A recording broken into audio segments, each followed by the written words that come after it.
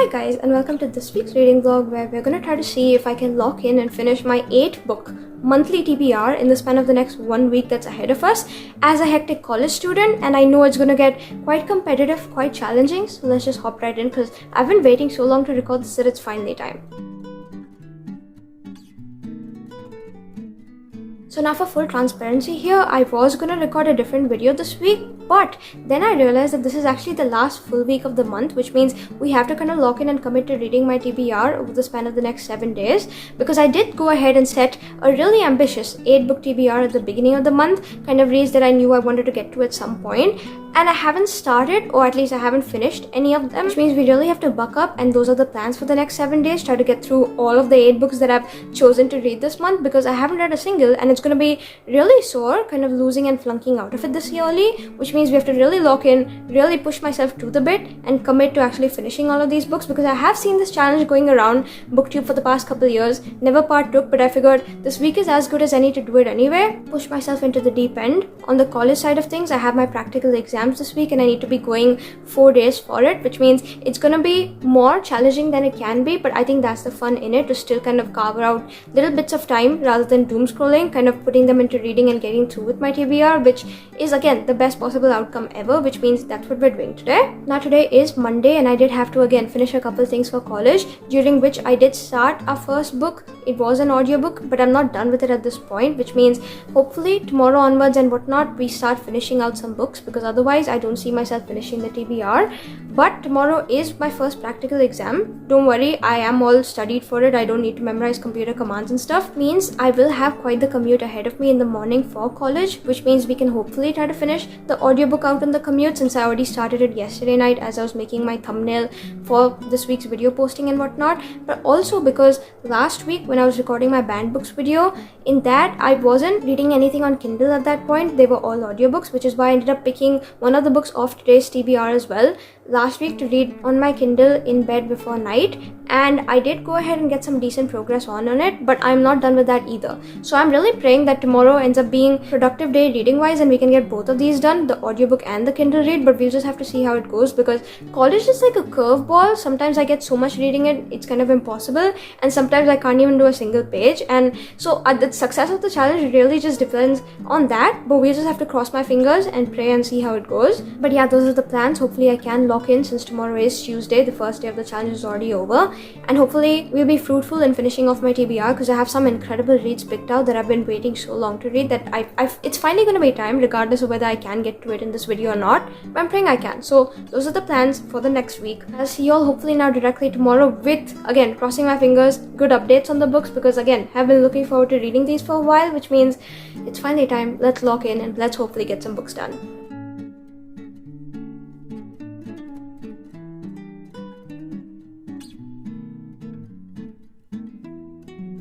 Update, because I've got our first book of the video finally read. This one's called Problematic Summer Romance. It's the second one after Not in Love by Allie Hazelwood, and I was listening to the audiobook of this, so I'm done with it at this point, which is why update time, because I didn't have lots left, which means I was able to catch up today on the commute, and so it's time to give you my thoughts, because I have quite a few. But basically a few weeks ago, if you watched the video, I read the first one in the series simply to get to this, because last year I actually downloaded this on audiobook not knowing that it's the second in a series, and so I was doing my catch up, and at that point when I read the first book, I just knew that I enjoyed it so much and I enjoyed watching their dynamic, the two characters in this book, that I just knew that I wanted to jump into this one really soon. So this was technically added on later to my monthly TBR in like the first week of March or something like that, but it was still like a very worthy add-on, and probably the one I was most excited to get to, which is why you can see me kind of rushing to get through with it, being the first one in the video. But I'm still happy it turned out the way it did, because it did not disappoint. And this one,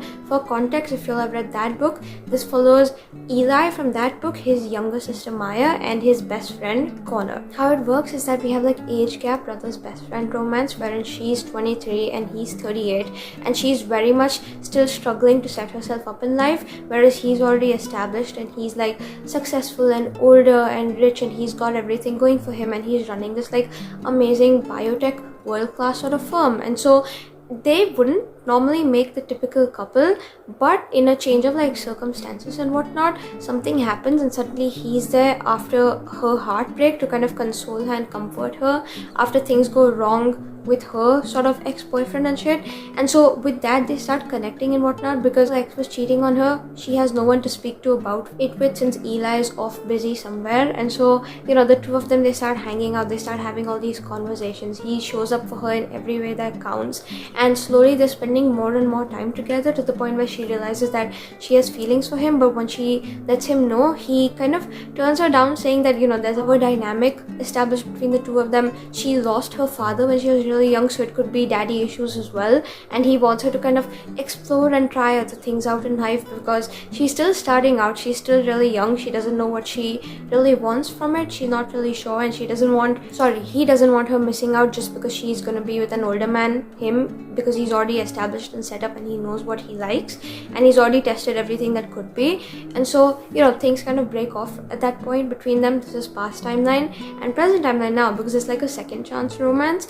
We have them coming back in contact 3 years later, because Ihli and Rue from the first book, so that's her brother and her brother's girlfriend, they're getting married and whatnot, and they're getting married in this romantic villa in Italy. So now they're forced, both of them, to come for like a week together to celebrate Ihli and Rue and celebrate love in this like really romantic place.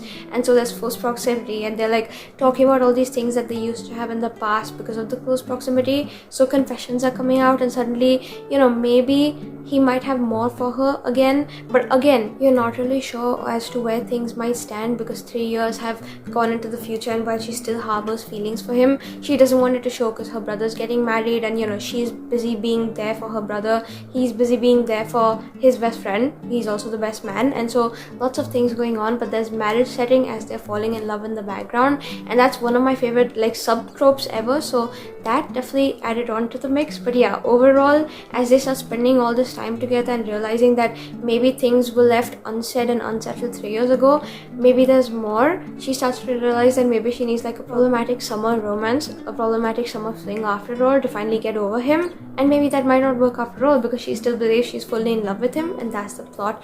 And basically all I'll say is that I had so much fun reading this. The whole reason I really wanted to jump into this was because I heard that the guy Connor, he's Irish, and the only, I think looking back, books I've read where the male main character is Irish and you get to hear that with like a good accent in the audiobooks is the Butcher and Blackbird series, the whole thing, because the brothers are Irish in there, and I know I had the best time ever. So I just knew that, again, wrong reason, but I really wanted to listen to the Irish accent for the guy, which is why I wanted to get to this book. And maybe I'm biased, but I definitely do wish we had specific perspectives from Connor as well, not just him from her vision and whatnot, because while we get to see how he's done all these things for her over the years and, you know, harbored all these feelings, I feel like we could have benefited a little more from his perspective and just hearing things from his point of view, and also more Irish accent, because who'd ever say no to that. But overall, yeah, I thought it was a sweet romance. I just loved that dynamic and whatnot, the banter, the chemistry, the tension, the kind of little things he did for her. It's been 3 years, but he was still holding on to her like scrunchie that she left behind. And it's so weird because it was like a 50-cent hair tie, but he still needs her to be everything for him, the only woman he's ever loved, but he just cannot come out and say it because, again, of the power dynamic. But then apart from that, again, there's like a bunch of other cute scenes. There's so much fun that goes down in this book, and I wanted to save this over the summer, but again, I'm so happy I got to it now because this was truly such a banger and I had so much fun reading. One thing though, I do wish he was a little more, I guess, stronger, standing up for his opinions to kind of defend the two of them as a couple, because that doesn't happen till the very end. But it does make for quite a few good jealousy scenes and quite a few great amazing love confessions, so I'm not like regretting anything or like calling anything back. That's just something I wanted to point out, because sometimes it does get frustrating, the back and forth between the two of them, when he's not able to establish what they are and he's leaving her confused. But otherwise, yeah, this counted in every way possible that I can as a really amazing read. I had so much fun going through with it, going through with their story. We had kind of like a second chance romance in this as well, which is also one of my favorite tropes ever. And marriage setting, you cannot cannot beat that. So overall, perfect book if you want to read something this summer, just like a quick romance to binge and still have a great time with. And I'm going to give this like another 4.5 stars, something similar to the way I rated the first book, because I really enjoyed this duology. And now I know that I do want to read more Allie Hazelwood books, because these were not top shows for me like Deep End, which means probably the rest of her backlist is seemingly there's a good chance that I'll enjoy that as well. So let me know where I should start jumping off next into. But yeah, that was the first book for this video. I did go ahead and finish this early on into the commute, so I was reading and I was finishing off the Kindle book after that on the Kindle app, and now I've come back home, I'm reading on Kindle, which is why the second book as well, we are nearly done. But at the moment at least, I'm not, and I don't think I'll be finishing anytime soon tonight, because I have a couple of things to be doing for tomorrow's paper in advance and whatnot, which is why I think I'll see you all directly now tomorrow once I have this fully done. But there isn't a lot, which means I'm roughly coming in, we're having our next book checked off, and then we can lock in after that and go hardcore pegging the rest of them out. But those are the plans essentially. And yeah, already first book was a slay, second book I'm enjoying it so much right now. I truly feel like the reading slump is gone for good, at least for the moment, and this is just the best video ever. So that's it. I'll see you all in a bit now, and bye.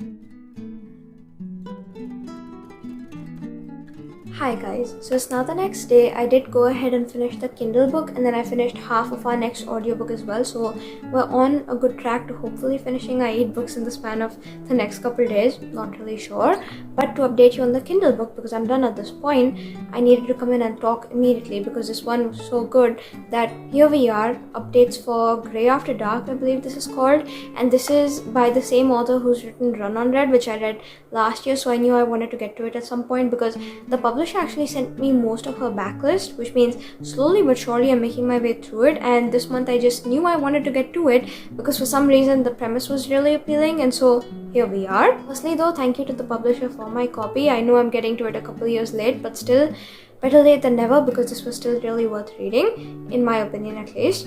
This one, we follow this girl called Ihli, and the way it works is that she's an Olympics biathlete and she was running for gold, except something happened. There was like a tragic accident, and suddenly, you know, her life is turned on end. She's kind of trying to recover from like pains and phantom pains and everything else coming with it. So she ends up having to take that year off to like recuperate before she goes back into training for the 2026 Olympics. And it's so weird because this book was written a couple years ago, but we are in 2026 now.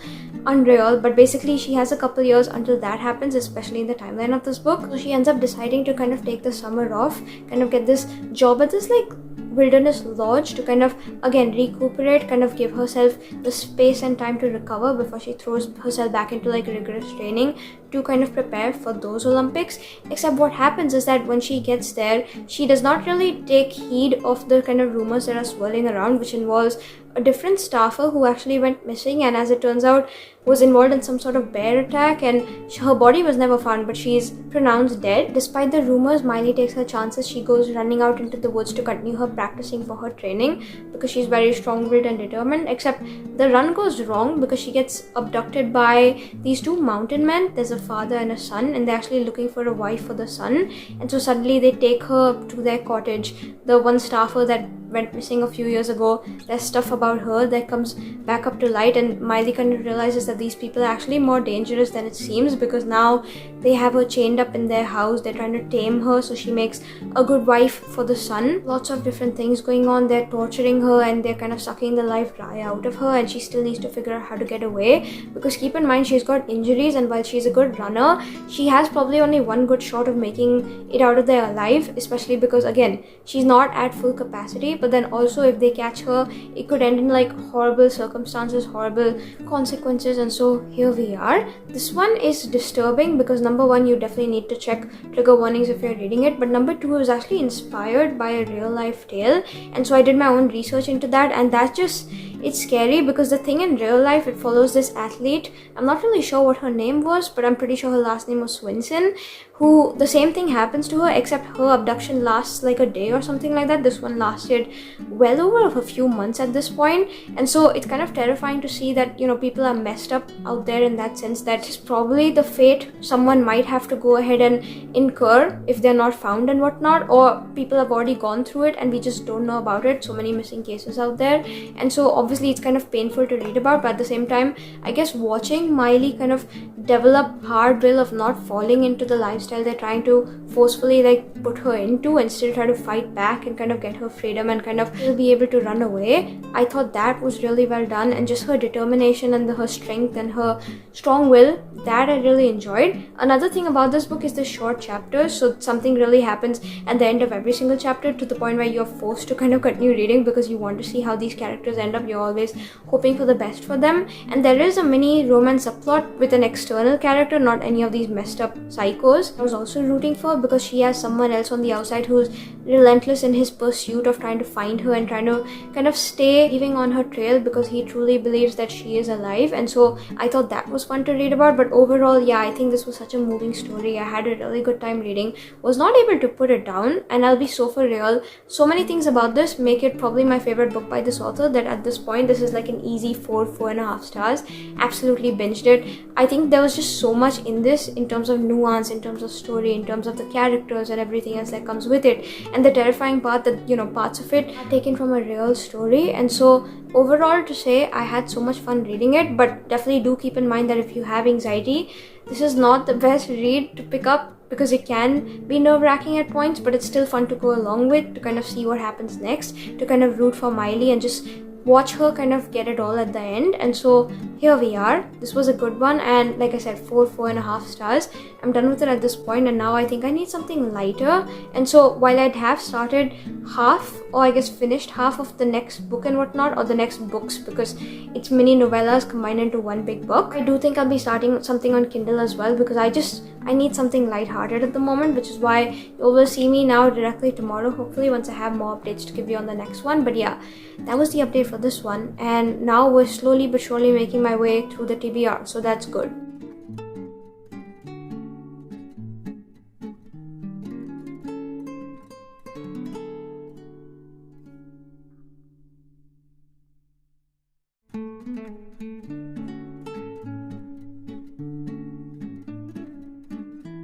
Update time. I've gone ahead and finished 6 books, and before anyone asks me, oh my god, did you just finish out the rest of the TBR but without recording updates, that's not true. I actually finished 6 little novellas that calculate as one whole book on the TBR, so we're still behind. No high expectations for this video basically. But this is called the Improbable Meet Cute collection, and it was actually sent to me around Valentine's Day, but I never got to it, which is why I'm catching up now, because honestly, after our previous book, I just needed something lighthearted and easy, and this was exactly that. But before anything, thank you to the publishers for my copies, because again, so incredible that I got so many of them, but I did. So basically the goal was to kind of finish all 6 of them, and that's what I did. Concept overall for all 6, because I can't tell you too much without spoiling it, they're all like between 50 to 100 pages each, all tiny little novellas, bite-sized, probably finish them in like an evening or so. That fate kind of works in like mysterious chances and whatnot, so you have people in these books connecting in weird ways that you would not expect, almost like a second chance sort of situation in every single aspect, and that's basically how all of the stories work. And there's this one overlapping event in all the books, that there's gonna be this like comet event that's happening 40 years from the first time it happened, and scientists actually predicted that it would not happen, but it's happening anyway. We're in the same comets from 40 years ago or something like that, from what I could understand. They're coming back up again on Valentine's Day, and people are calling it star-crossed lovers, basically face chance of giving a chance to people who probably did not work out the first time around or something like that. And so we have a bunch of like second chance sort of couples in every single one of these books, kind of seeing if they can make it work this time around, couple things back and forth here and there. And it's really interesting because all of them, I feel like the overall premise is the same, but if you look into each plot, it's all wildly different from each other. And I think that's what made it work as a collection, because if all of them were similar to each of the others, it would probably probably be boring after the first couple. But for me personally anyway, these definitely felt like the sort of, I don't know if anyone's had it, but you know the pink little hard candies that you get, that they're fun to eat every once in a while. You eat a couple of them, they taste good, but if you go through the whole bag in like a day, you're probably gonna be sick of them for the rest of the year or something like that. That's what these felt like, because they're good, but you need to pace yourself, otherwise it starts to feel repetitive because they all go by so fast, and so you don't really have much of time to like establish too much of like a connect or like a premise with the characters. Some were squeezing in too much in the short amount of time that they had, but overall it still did its job, still made me excited for Valentine's, even though now I have to wait 1 year, so that kind of sucks. But overall, yeah, I'm done with them all. There were a couple I really enjoyed. The second one, that was so good. I don't generally enjoy novellas, but that one specifically, the connection in that, the sort of story, the way they connected, so believable, and I can't wait to read more by the author. I think it's Hannah Bonam-Young. But the rest of them, they were all kind of mid, some gave me the ick, so it's honestly like a wild curveball sort of situation. It really depends what you enjoy reading and stuff personally, but otherwise, yeah, it was fun to go along with anyway, and I got through a bunch of books off my TBR. And if you're ever behind on your Goodreads goal, these are fun to like get through it, because you'll be able to catch up like 6 books on your Goodreads goal and still be able to finish all of them in one afternoon. So it's like a fun of knocking off like 2 stones and whatnot. I'm not going to say 2 birds, but here we are anyway. I'll have all my final ratings for each of them on screen. I think there was only like 1 4-star in the whole lot, the second one, because that was really good, and the rest of them, a couple of them were 3 stars, the rest were 2, something like that. But overall, yeah, I'm done with them now, happy anyway. And we've got the next book knocked off our TBR. This was the audiobook that I said I had half of done yesterday, and so I finished the other half today, and so that's the update. But also I did start a Kindle book in the whole midst, because reading all of these back to back was slumping me out to the point where now I just needed a sort of break, which is why here we are. I will go catch up on that. I don't know how much is left, but I know I read a decent amount because I had so much commute yesterday, especially because paper got over around rush hour time, and so I was stuck in traffic kind of reading on my phone on the Kindle app, getting my pages in. And then today as well, before bed yesterday, reading some more today. This morning picked up my book again, so I'll have to see how much is left, but that's the update. Basically, I'm gonna go get back to it, and I'll see y'all in a bit now. So I have the Kindle book done, because I need to finish that anyhow tonight, at least in my head, so we can be on track to finishing the rest of the TBR hopefully. But yeah, I'm starting to realize slowly that maybe 8 books was a little too ambitious, but hopefully overall it will get done anyway. We'll just have to see. And that was the update.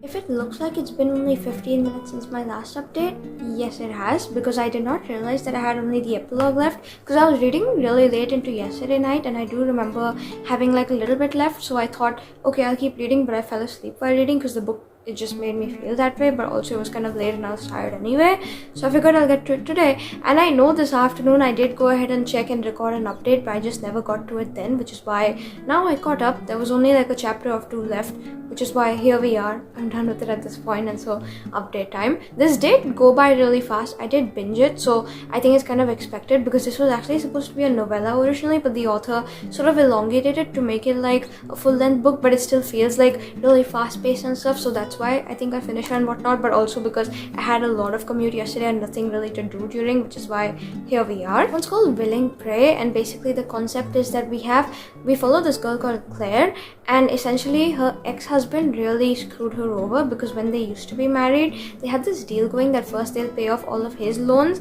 and then they'll jointly work toward paying off her loans. Except in the midst of everything, after his loans got paid off, she found out that he was cheating on her, so they ended up divorcing, and now she's left with the bulk of her loans, even though she spent the past, I don't even know how many, like 10 years while she was married to him, paying off his. So she has like a complete untouched chunk of student loans that she needs to pay off like desperately. She's like financially suffering and whatnot, and she really took the hit from him. Now post divorce, her only goal is to find like a job over the summer to kind of help pay off her loans, because she is a school teacher, so like full time she works as a PE teacher, and so throughout the year she'll get her salary, but now she's out for work during the summertime and she just wants to do something productive, get the loans, the debt out of the way, and so that's her goal. On the other hand, we have this guy called Shane, and he's actually Keith's boss technically because they work at the same law firm, but Shane is one of the partners, and he's had his eye on Claire ever since Keith the husband, sorry, I'm getting so confused. Keith the ex-husband brought Claire to a Christmas party at Shane's firm,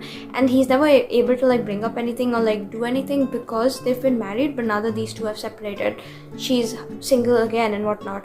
He has his chance to take with her, but because he's scared about like diving into emotions and stuff, he's better off hiding behind a contract. The way he does it is that he actually drafts up this deal wherein he'll be paying her 30,000 over the next 30 days because he has this kink wherein he needs her to like run and he'll catch her in the woods and stuff, and because she's a PE teacher, she's in like perfectly fit shape and stuff, so she can definitely do that. And also he's like attracted to her, so that kind of helps bring the two of them together without having to like work through the romantic entanglement of having to like date her and do all of these other things because he's like emotionally stunted.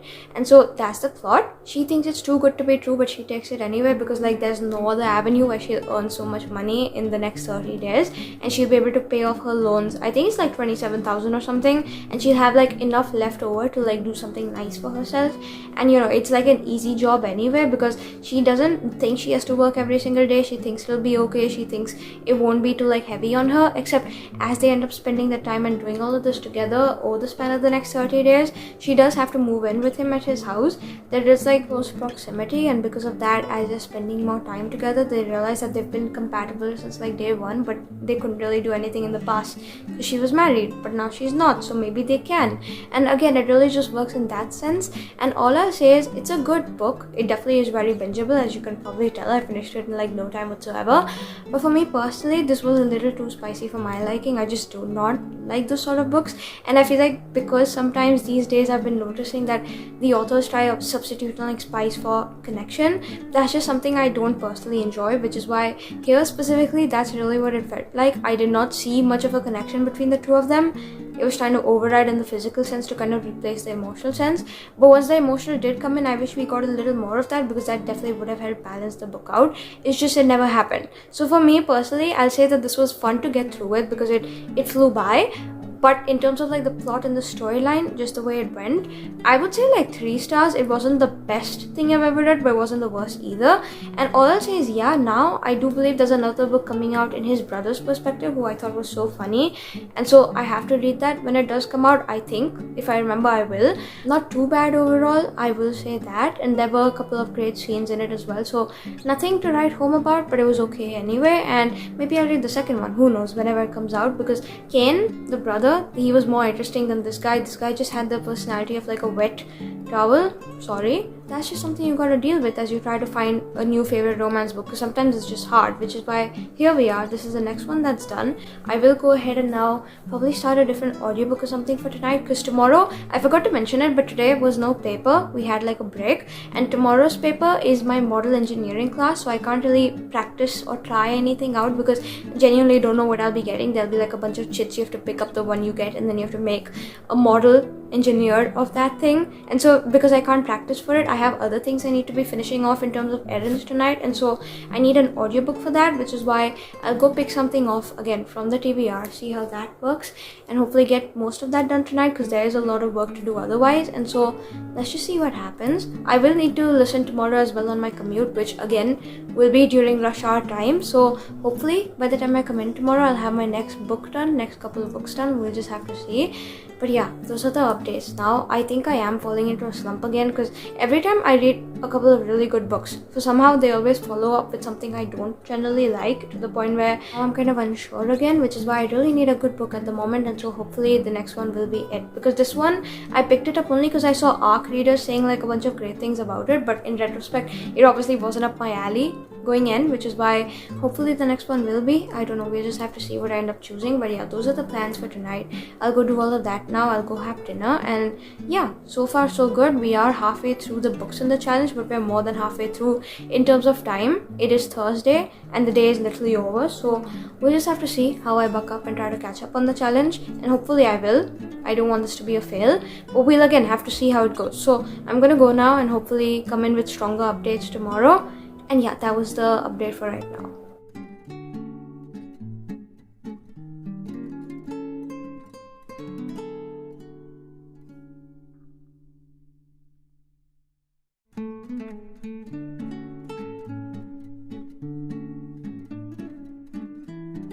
It's now the next day, Friday night. I've gone ahead and finished our next book on audiobook, so update time. This one's called The Unraveling of Julia, and it's by this author who I've read a book of before, but I wasn't sure whether I liked the book enough to go back and read some more of the backlist. So this is kind of like a tester for me to figure that out, because it was sent to me by the publisher. Thank you so much. And I figured now's the time, as good as any, jump into it, try to figure it out. Here we basically follow Julia, the main character, and the way it works is that anyone she's ever loved has died. So at the beginning, her adoptive parents, they're gone. At some point now in her adult life, her husband is murdered, and so she's kind of starting to wonder if she's cursed to begin with.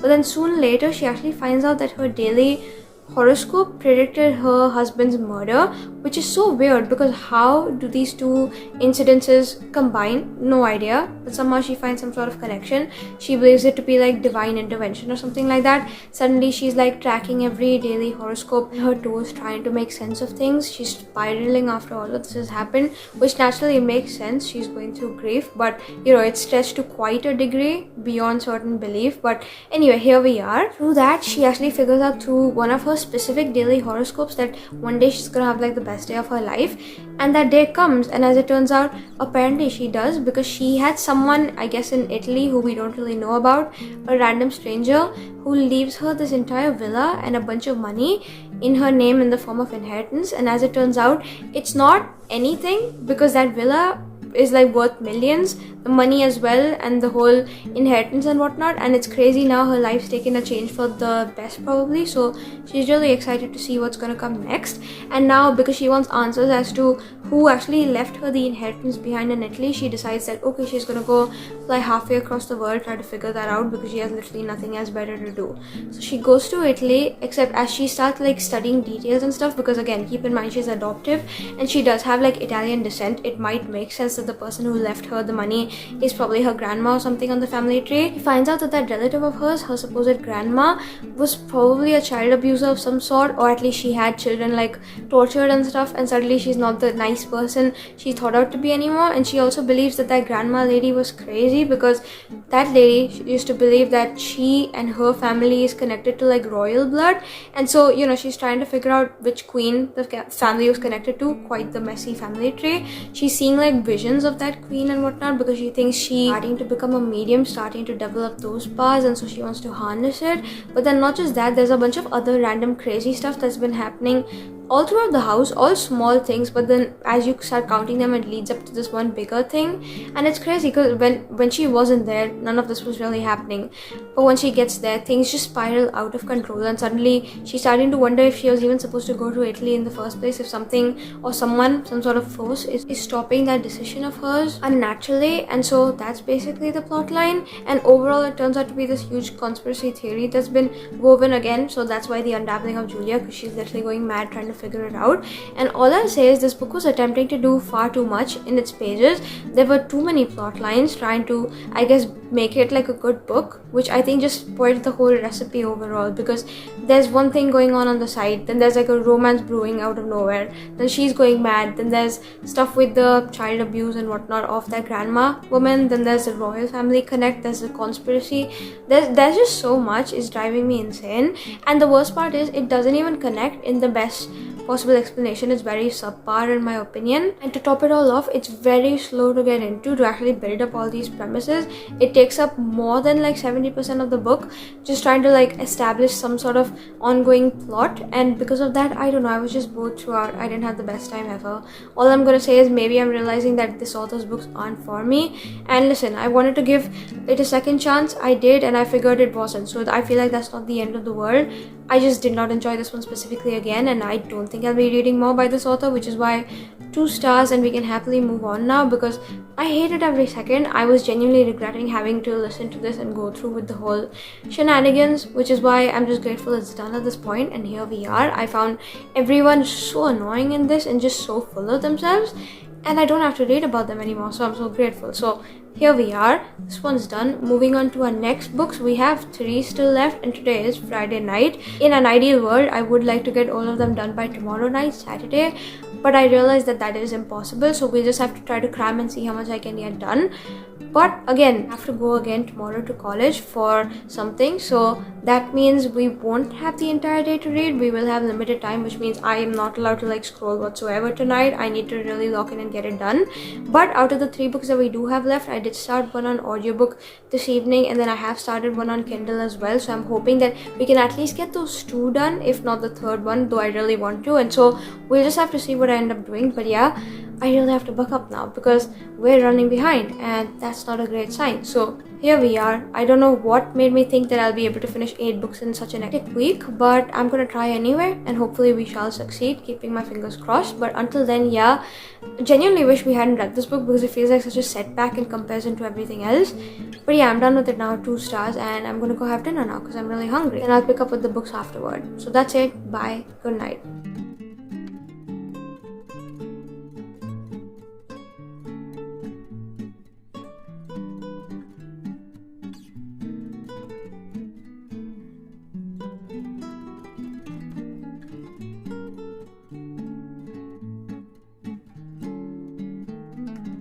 Okay, and so now it's update time because it's Sunday. A couple days have passed. I have gone ahead and finished the next couple of books as well, but we have still one left. So lots of cramming in to do, lots of things to speak about. But firstly, to catch you up, last time I came in and spoke was, I believe, Friday, and at that point I had like a bunch of things left for college, so I pulled half an all-nighter. I was awake till 4 in the morning, and in the midst of everything I started the next book and whatnot. I actually started it on the commute that evening, continued listening to it, and then managed to finish it out that same night because I was awake for so long and because I needed something to listen to as I was getting my errands done anyway, which is why the next book is complete at this point. This one's called Without a Clue. Listen to it on audiobook. And firstly, thank you to the publishers for my copies because I got an audiobook and I got a Kindle version of it, and while I was really thinking that I'll go ahead read it on Kindle and whatnot, because of like time constraints in this video and because I needed an audiobook in the moment, I kind of gravitated towards that, and I'm happy I did because I feel like I really enjoyed the narration of it as well. So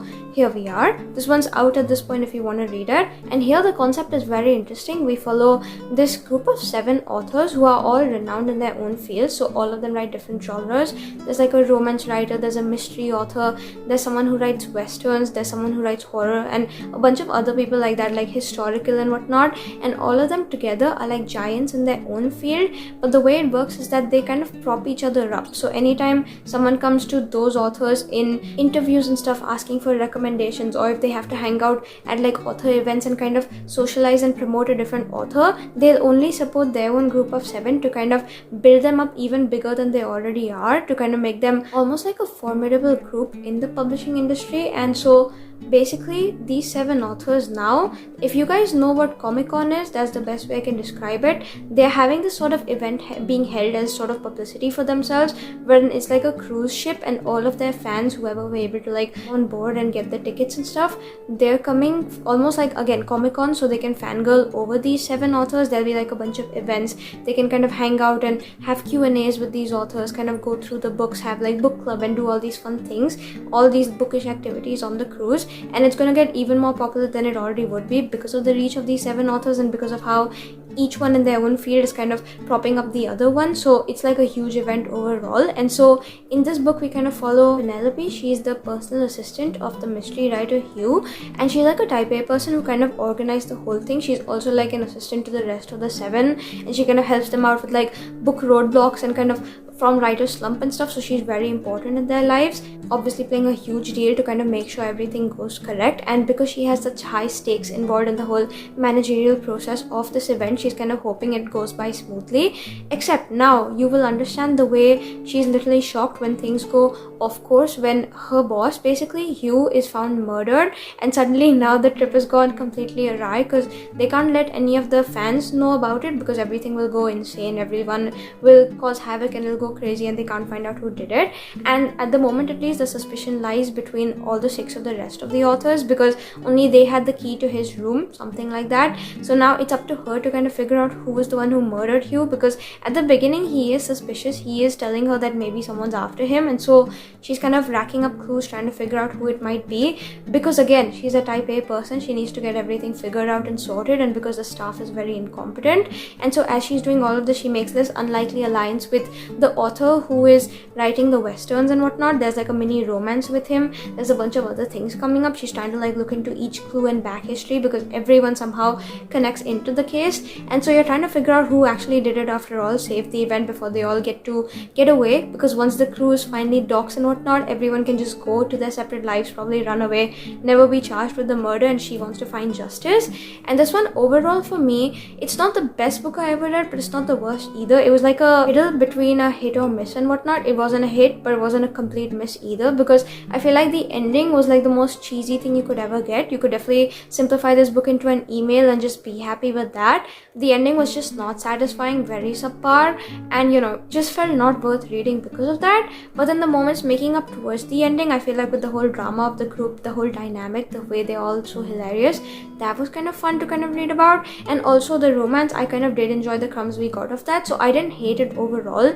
It's just I do wish we got a little more from the ending, because again, it just feels like a cheesy motivational book at the end of the day, not a mystery romance the way it was marketed. And so it's good if you want to read something quick over the summertime, if you don't want something with like brain power in case you're on like vacation and stuff and you just want something fast off your TBR. It's just not the most substantial read, obviously, and because of that I am a little disappointed, and so I'm gonna give it like 3 stars, again just in the middle and whatnot, but it wasn't as bad as our previous book either, so I'm happy anyway that it's done. And this was book number 1. Okay, yeah, I'm so sorry about that, but as I was saying, I went ahead and finished our previous book Friday night after having stayed up pulling a half all-nighter, whatever you want to call it, till about 4 in the morning. And then the next day, so that was Saturday, yesterday, I still had college to go to and I had nothing to listen to on the commute, so I figured might as well just start the next audiobook, even if it means kind of leaving it half unfinished by the end of this video, because I'd rather be productive and flop rather than just stare out the window and do nothing. And so on my commute yesterday, I ended up starting our next book on audiobook, even though I had something to read on Kindle, but I wasn't really enjoying the Kindle read, which is why I picked up this one, and I'm so happy I did, because this one's called Dungeon Crawler Carl. And while I did not go ahead and finish it yesterday itself, I managed to finish half of it on audiobook yesterday. And then after having sat down and rough cut the entire video after I got back home from college and whatnot, because Saturdays I prefer rough cutting and spending my day editing afterward, I managed to stay up till 5 kind of continuing to listen to this as I was like packing everything up and finishing everything out. And then again today, sat down, locked in since morning. It's later in the evening now, but I'm done with the book, and so I had to come in and update, because I feel like this might be my newest hyperfixation, my newest obsession. It's so good. And listen, all I have to say is not my usual comfort genre, not my go-to, but in a way I think I'm grateful it's not, because I would not have expected the way I devoured it and I had the best time, that now I have a full-fledged series to get to when I feel like it. There's 7 books out. The 8th one, the new release, comes out in a couple months, and I can't wait to kind of catch up and jump on that bandwagon, because I'm so ready to be a fangirl in this world, because it was so amazing, and now I can't wait to ask everyone to read it because this was incredible. But for quick backstory, this wasn't supposed to be on my original like TBR ever, because I wasn't aware about it. However, earlier this year, I think it was like republished with like new covers and stuff, because I'd never heard of it before, but then it kept popping up everywhere. First it showed up on my local bookseller. I have his like phone number and stuff. What he does is that in the form of like monthly newsletters, so people can like place their pre-orders with him, he kind of posts about the new releases he gets in his store and stuff. So sometimes he texts, sometimes he posts it on his stories, and through that I actually found this for the first time. He had a description under the book, so I read it and I just knew that okay, it's on my maybe mental TBR to get to at some point, not that urgent, but I thought, hey, it sounds interesting, so maybe one day I'll be in the mood for it, and I marked it on Goodreads. But then after that, I kept seeing it blowing up literally everywhere. Every booktuber wanted to read it, was reading it, was raving about it. It was getting so hyped online that, listen, recently that's the only thing on my mind. That's the whole reason I picked it up, and I'm so happy it didn't disappoint, because sci-fi is not my usual genre, but the way this literally ate and left no crumbs. Let's speak about that for a second. This one, for a quick premise, we follow Carl, obviously, and his ex-girlfriend's cat, Princess Donut, and the way it happens is that the apocalypse literally is upon them, and how it works is that everyone who's inside a building has been crushed because everything's been reduced to like rubble and ashes, and everyone who's outside survived. So because in the middle of the night something happens, the cat jumps out of the window and he kind of goes to chase after the cat. In the most unlikely of circumstances, the two of them are left kind of like lone survivors in their neighborhood and stuff, and they don't know what's happening next, but they find out that the apocalypse has happened. And there's actually this video game sort of service, the makers of which kind of triggered the apocalypse, so people join their video game. And it's I'm calling it a video game, but it's more like a real life simulation wherein they are the new makers and the new masters of the world, and they have kind of let out this message that all the remaining survivors in the world who are outside and who are still alive, they have two options: either crumble away with the world and whatnot, or they can join this video game now to still continue to fight to survive. And this is kind of the apocalypse system, wherein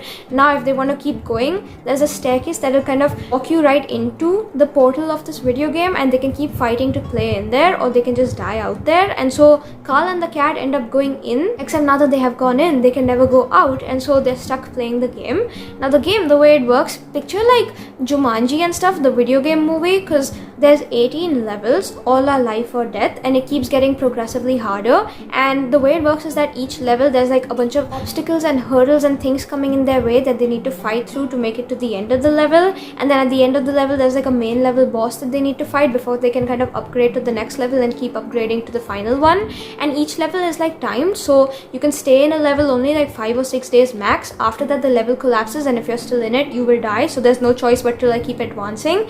And to keep advancing on levels as well, to be able to actually match new bosses that keep springing up, you actually have to advance your own skill set and kind of keep upgrading yourself in terms of like power-ups and tools and stuff. So it's very like video gamey, wherein you're trying to make your character the best, except the character is literally you in the simulation, because if you die it's gone for good, which means you have to fight to the teeth. You have to fight anyone who might come your way, kind of develop unlikely alliances but still keep going and trust literally no one, because you know there are a bunch of backstabbers in this as well. But keep upgrading, keep becoming your best self, keep fighting to upgrade on the levels.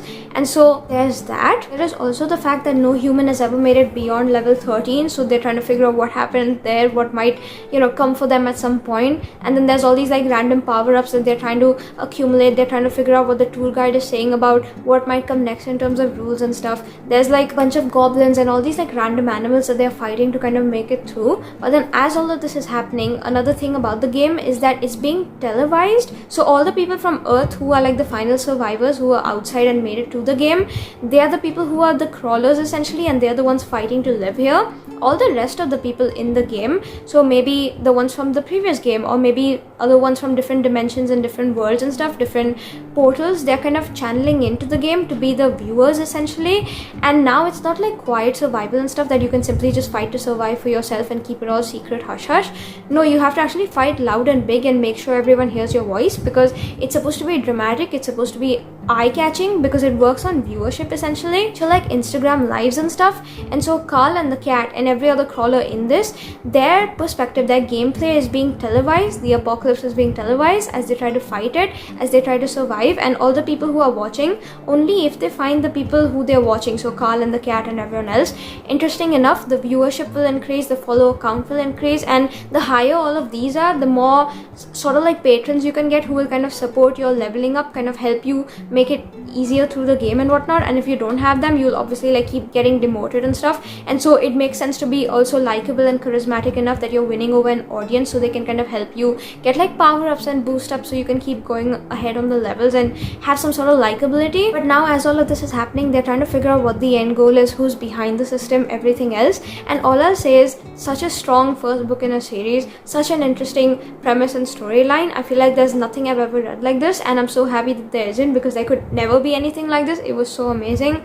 had the best time ever. I was hooked. I finished this in literally I think over 24 hours, and that's a testament to say that it isn't my usual thing. But if something like this will hook me, it will hook me so good that I cannot put it down despite work, which means I'm so happy that I got to it this month, even though I thought I wouldn't. Because listen, we were running low on time, but I'm so happy I was able to scrounge it up to read this, because this is so worth reading. Easy 4.5 stars. I had the best time ever, and now I can't wait to ask everyone I know to read it, because this was incredible. I feel like the whole dynamic between Carl and Princess Donut, I love her, by the way. She's so sassy, she's so sarcastic, she's just so sweet and cute and witty and charismatic. There's that. Then there's how they're trying to fight fight to survive, and they're trying to figure out what happens next, and like the twists and turns and the fast-pacedness. And all I'll say is, yeah, if you've ever loved watching those old dystopian sci-fi movies from the 2000s, or if you've ever like sat up late in the night playing video games and praying to God that your parents don't wake up and ask you to go to bed because it's really late, this is kind of like a mix between the two of them, but it's like book form, and it's even better, if that makes any sense. So it was really fun to read about, and I can't wait to go ahead and now continue the series, because like I said, 7 more in it. I can't wait to be the first one to read the next book when it comes out, which means I have lots of catching up to do. And I'm so happy I started this, because I've read a bunch of new series at the beginning of this year, and it's so fun kind of going through these big series, watching the characters kind of develop through each books. And this was already so great for a first book that I can't wait to see how the rest of the series pans out, where we go off from that ending. And yeah, already had the best time ever, and this is so worth reading. So if you're on the fence about it, please pick it up, it's so worth it. And this was book number 1. The final book for this video that I haven't read yet on the TBR is Addicted. And the thing is, I have this on Kindle. This was the book that I was kind of debating reading on my commute yesterday, but then I ended up not going with it because I was kind of bored, not having the best time, and I picked up the previous one. And while that was fun to read about, I still want to go ahead and read this because I do want to flunk from the challenge, which means now I think I'm going to try to lock in and see how much reading I can get done before it's too late in the night that I have to like conclude this vlog. Because if this wasn't a video, I probably could have taken my time, because there still are like a couple days to the end of the month, and I definitely would finish on time. It's just I want to finish on time today itself, so I can update about it once I'm done and kind of give you my final thoughts, because it won't be in any other video, which means now it's locking in time. I did go ahead and check, and it says I'm 60% of the way through, and it says on my Kindle timer that I have 3 hours left on the book. I'm on chapter 22 in case anybody cares, which means now since it's like 7, I'll probably be done by 10 if I can lock in, and if the timer is correct, because I am a slow reader but I'm a persistent reader, and if I kind of force myself and lock in to push in and get it done, I definitely can. It's just it really depends on a bunch of factors, especially how well this is able to hook me, because at the moment at least nothing's gonna beat the previous book. This one's kind of boring, and so I'll just have to see what happens next. Not having the best time at the moment with this, but I still want to finish it for the video, and so let's see what I end up doing. But yeah, that was the update essentially. I'm still gonna try to read this so we don't flop out of the challenge, because we're so close to the very end.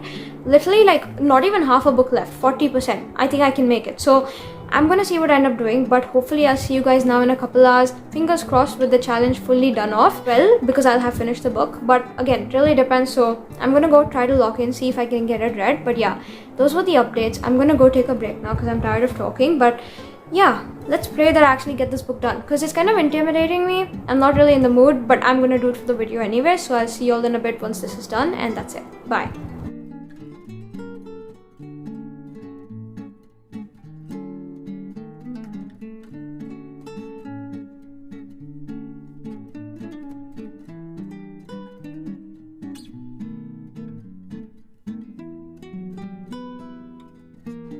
Guys, it's much later. I don't know if anyone had faith in me, because I know I didn't. But yeah, I'm done with the book now. So updates on Addicted, I'm finally finished. I literally just finished, and I knew I needed to come speak about it because I'm so tired that at this point I'm literally gonna drop if I don't. So I'll update you, and then we're done with the video. Basically, I have finished my TBR despite the fact that I was kind of forcing myself to push it towards the end, but it's done now. So updates on the book basically. This would probably be the outro before we can kind of wind up the vlog, because this was the final book I needed to read anyway, and we weren't a flop show in this video basically. But yeah, in this book specifically, we follow Lily and Lauren, and they've been like childhood friends.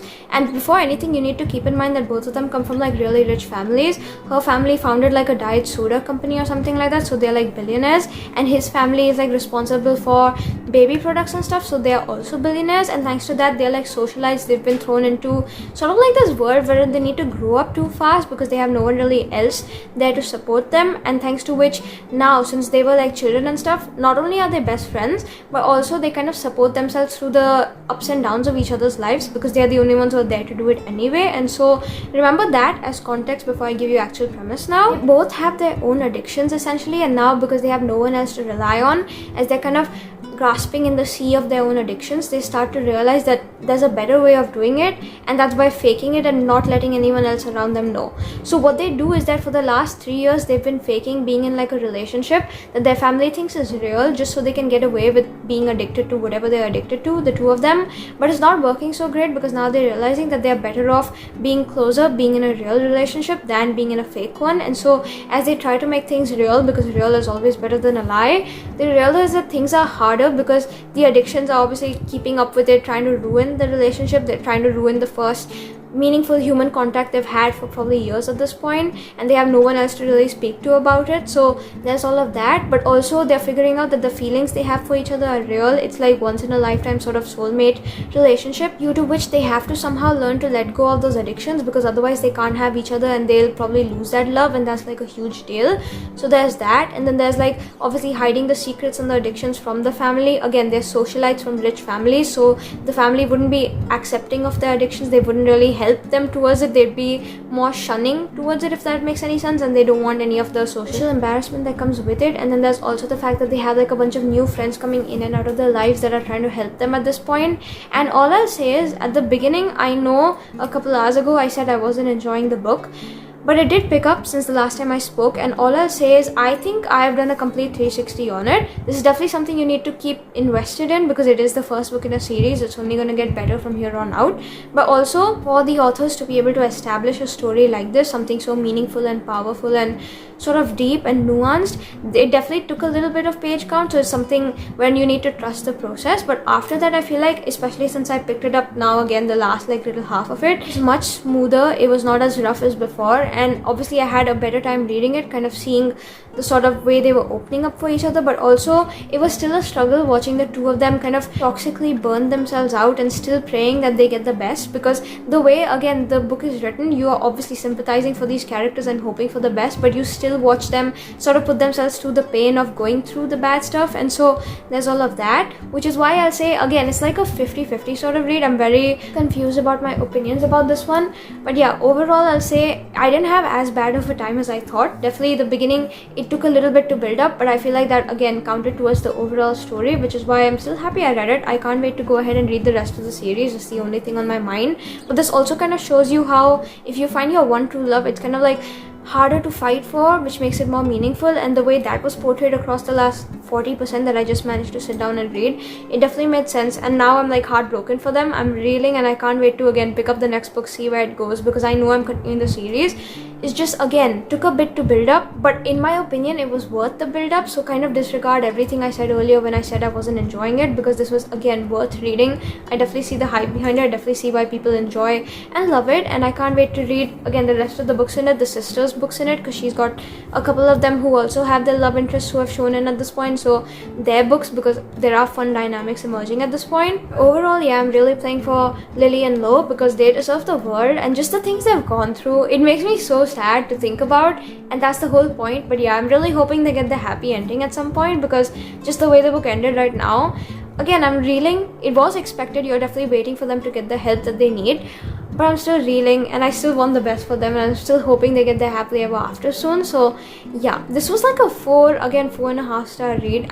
It definitely hit me harder than I thought it would, the second half, but in a good way, which is why I'm happy I got to it now. I'm happy I finished it out, and I don't know, I'll have my final rating on screen, but this is the final book for this video. I'm done at this point, and now I can't wait to read the series as well, because another big series to throw myself into and have the best time with, which is why overall I feel like my day is made. But another thing that adds on to it is the fact that now that we have reached the end of this video, I can officially and confidently say, despite how hectic exam week was, I was able to finish my 8-book TBR overall.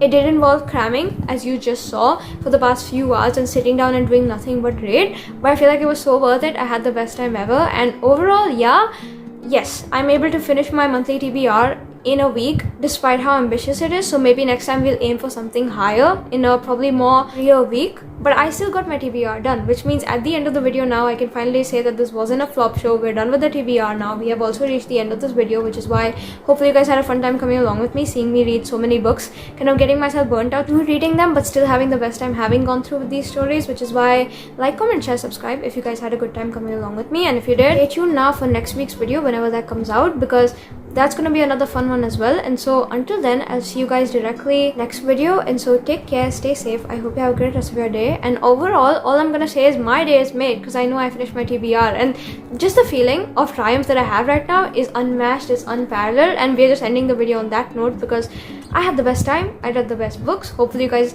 also found a good couple recommendations from this video, and if you have read any of these, come discuss with me in the comments, because I have so much to say. But reading something's gone. TBR is done, no better feeling in the world, with a couple days left in the month to spare, and that's about it. So I'm gonna go now and bye, but that was the video essentially, and honestly I think I had the best time ever. Bye!